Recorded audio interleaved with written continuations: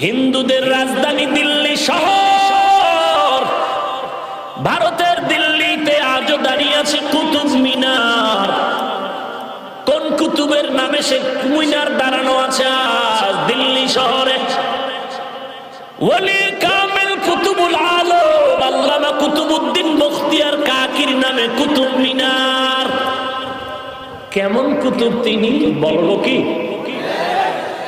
সামান্য সময় ইন্তেকালের আগে খাদেম রে বলে গেলেন, ও খাদেম, সময় বাকি নেই, ইন্তেকাল হয়ে যাবে, দুইটা ওসিয়ত করে যাই, পালন করবা। এক নাম্বার, ইন্তেকাল হওয়া মাত্র তাড়াতাড়ি কবরে জানাজা পড়ায় দাফন করবা। কারণ নবীজির হাদিস হলো, মাইয়েতের উপরে রাখবা না, বেশিক্ষণ রাখলে মাইয়েতের কষ্ট হবে। আমরা করি উল্টা, বরফ মার, মেডিসিন মার, 3 দিন হয়ে রাখ মাটির উপরে বাক্সা খিলাইয়া। কেন? সন্তান সিঙ্গাপুরে আছে, ও আসতে হবে। কেন? বলে আসবে কেন? আসার পরে বাবার গলা জড়ায় চিৎকার দিবে, চিৎকার দিলে কি হবে? বাবায় জিন্দা হয়, সন্তানের আব্বু কায়া ডাক দিবে। তাহলে এই সময়টা কেন?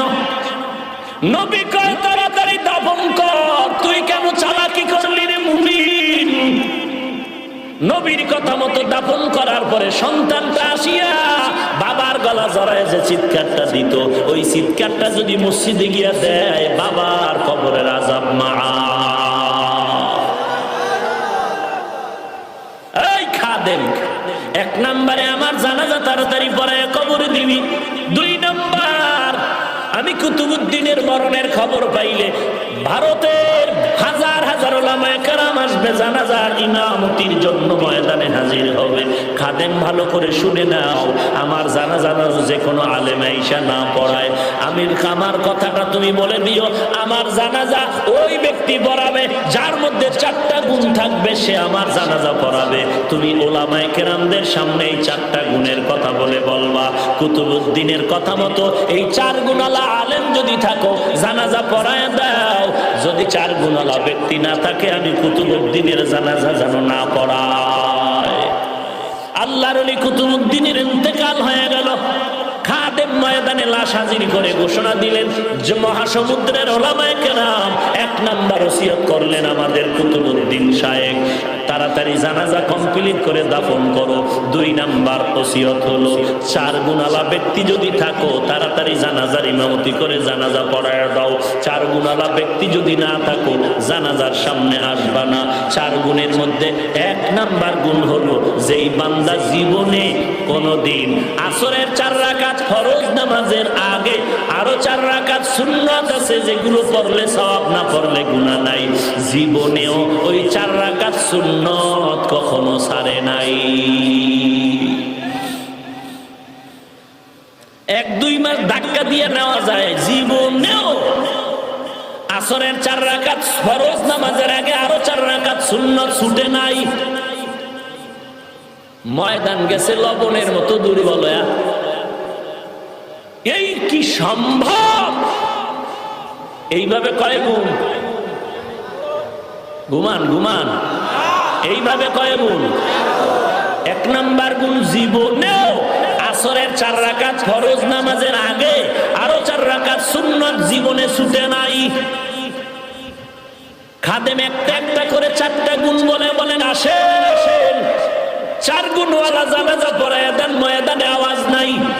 খাদেম আবার চিল্লায় বলেন আসেন, খবর নাই। আবার চিৎকার দিয়ে বলে আসেন, খবর নাই। এবার খাদেম ডাক দিয়ে বলে, কেন কষ্ট দাও? 4 গুণওয়ালা মানুষ তো আছো, না থাকলে তো কুতুবউদ্দিন এমনিতেই বলিয়া যাইতেন না। কষ্ট না দিয়া জানাজা পড়ায় দাও। আল্লাহর বান্দা খাদেম যখন চিল্লায়া বলল, ময়দানের পেছন থেকে এক আল্লাহর গোলাম চিল্লায় আমাকে রাস্তা করে দাও, কুতুবউদ্দিনের কাছে যাওয়ার জায়গা দাও। সবাই তাকায় দেখে এক আল্লাহর বান্দা রুমাল দিয়া চেহারা ঢাকিয়া কান্না করতে করতে কুতুবউদ্দিনের কাছে যায়। সামনে গিয়া বলে, রে কুতুবউদ্দিন, এমন একটা সর্বনাশ করলি, আমার এই 4টা গুণের খবর আমার আল্লাহ আমার ছেলে মেয়ে স্ত্রীও জানে না। আমার এই 4 গুণের খবর আমার আল্লাহ জানে। আমার মাওলার সাথে কথা বলার পাসওয়ার্ড হলো এই 4 গুণ। আজকে এমন জায়গায় ঠেকায় দিলি, গোপন নাজা পড়ায় দিলাম। এমন ব্যক্তিটাকে ভারতের মধ্যে এই 4 গুণালা গুণ নিয়ে জানাজা পড়ায় দিলেন। ইতিহাস পড়ে দেখো, ভারতবর্ষের ইতিহাস। ওই বান্দা জংলার কোনো মনীষী না, কোনো সাধক না, পীরের কোনো খানকার নির্ধারিত কোনো পীর না। ওই বান্দা হলো ভারতের রাষ্ট্র পরিচালনাকারী একজন রাষ্ট্রনায়ক, শামসুদ্দিন আলতামাস রহমাতুল্লাহ আলাইহি। ইংলিশে তার ইতিহাসের পাতায় নাম আছে শামসুদ্দিন ইলতুৎমিশ রহমাতুল্লাহ আলাইহি। একদিকে ভারতের রাষ্ট্র পরিচালনা করে, অপরদিকে 4 রাকাত সুন্নাত ছাড়ে না। একদিকে রাষ্ট্র পরিচালনা করে, অপরদিকে জীবনে তাহাজ্জুদ চাজা হয় নাই। একদিকে রাষ্ট্র পরিচালনা করে, অপরদিকে জীবনে জিহ্বা দিয়া মিথ্যা কথা বলে নাই। একদিকে রাষ্ট্র পরিচালনা করে, অপরদিকে 2 চোখ দিয়া বেগানার দিকে কখনো তাকায় নাই। এরে আল্লাহর গোলাম, কেমন আল্লাহওয়ালা 4 গুণালা শামসুদ্দিন আলতামাস রহমাতুল্লাহ আলাইহি জানাজা পড়ায় দিলেন। এ যুবক, পাওটা যদি আগায় দেওয়া, আমি তোর পায়ে হাত রেখে বলছি, কয়দিন আর বাহাদুরি করবি? ডানে বামে তাকায় দেখ, তোর মতো যুবক খেলার সঙ্গে ছিল, আজকে নাই। লেখাপড়ার টেবিলে ছিল, আজকে নাই। এক এক করে বিদায়, এক এক করে বিদায়। এরে আল্লাহর বান্দা, কয়দিন আর বাহাদুরি করবি? তোর মতো ডানে বামে যুবক দাড়িওয়ালা নামাজি অভাব নাই। স্কুলে পড়ে নামাজ ছাড়ে না, কলেজে পড়ে নামাজ ছাড়ে না, চাকরি করে নামাজ বাদ দেয় না, র্যাব আর্মি পুলিশ বিডিআর নামাজ ছাড়ে না, কোটি টাকার মালিক 1 টাকাও হারাম খায় না, কৃষি কাজ করে নামাজ ছাড়ে না, ড্রাইভারি করে নামাজ ছাড়ে না। রে বাবা, তুমি কেন পারবা না? কয়দিন আর বাহাদুরি করবি? কত যুবক আইসা কান্না করে দোয়া চায়। এই আজকেও একজন আইসা কান্না করে দোয়া নিল, বয়ান শুনিয়া দাড়িটা লম্বা করছি, আমার মতো জাহান্নামের আসামি এই জমিনে আর কেউ ছিল না। এমন কোন গুনাহ নাই যে গুনাহ আমি আর কোসারি নাই। আজকে আল্লাহ আমাকে হেদায়েতের দরজায় নিয়ে আসছে। একটু মাথায় হাত দিয়া দোয়া করে দেন, আর যেন গুনাহের কাছে না যাই। কারণ গুনাহের কারণে যে আযাবের কথা আপনারা কোরআন দিয়া বলছে, ওই কবরে জাহান্নামের আগুন 1 সেকেন্ডের জন্য সহ্য করতে পারবো না। এর থেকে আরো ভয়াবহ হালাত হবে হাসরের ময়দান। ওই সূর্যটা মাথার উপরে চলে আসবে, সূর্যের তাপে জমিনটা তামা, গুনাহগারের মাথার মগজগুলো টাস টাস করে ফেটে যাবে। ওদিকে জাহান্নামের আওয়াজ, আয় আল্লাহ, গুনাহগার গুলো তাড়াতাড়ি আমার ভেতরে দিয়া দাও।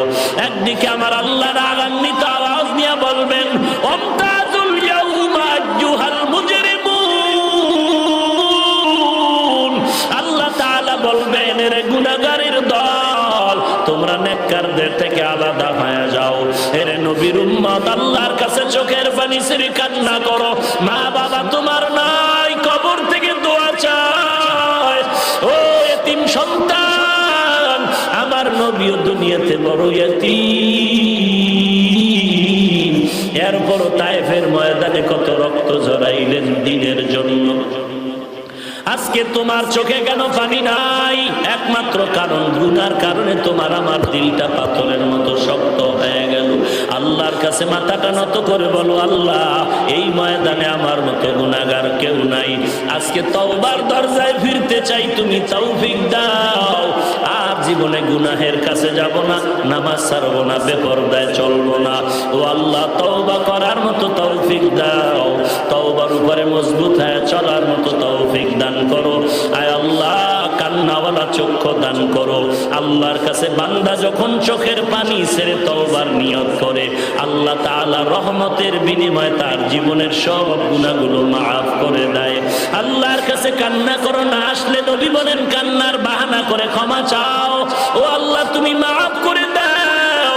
1 সেকেন্ডের আযাব সহ্য করার শক্তি আমার নাই। আমি গুনাহ নিয়ে কবরে যেতে চাই না। তওবা করার যদি নিয়ত অন্তরে থাকে, মুনাফিকি না থাকে, খাঁটি তওবার নিয়তে 2 হাত আমার আল্লাহকে দেখায় দাও। আয় আল্লাহ, সবার হাত কবুল করে নেন। আয় আল্লাহ, তওবাওয়ালা জিন্দেগি দান করেন। তওবার উপরে মজবুত হয়ে চলার মতো তৌফিক দান করেন আল্লাহ। আয় আল্লাহ নবীজির সুন্নাত ওয়ালা জিন্দেগি দান করেন, আমিন। আলহামদুলিল্লাহি রাব্বিল আলামিন।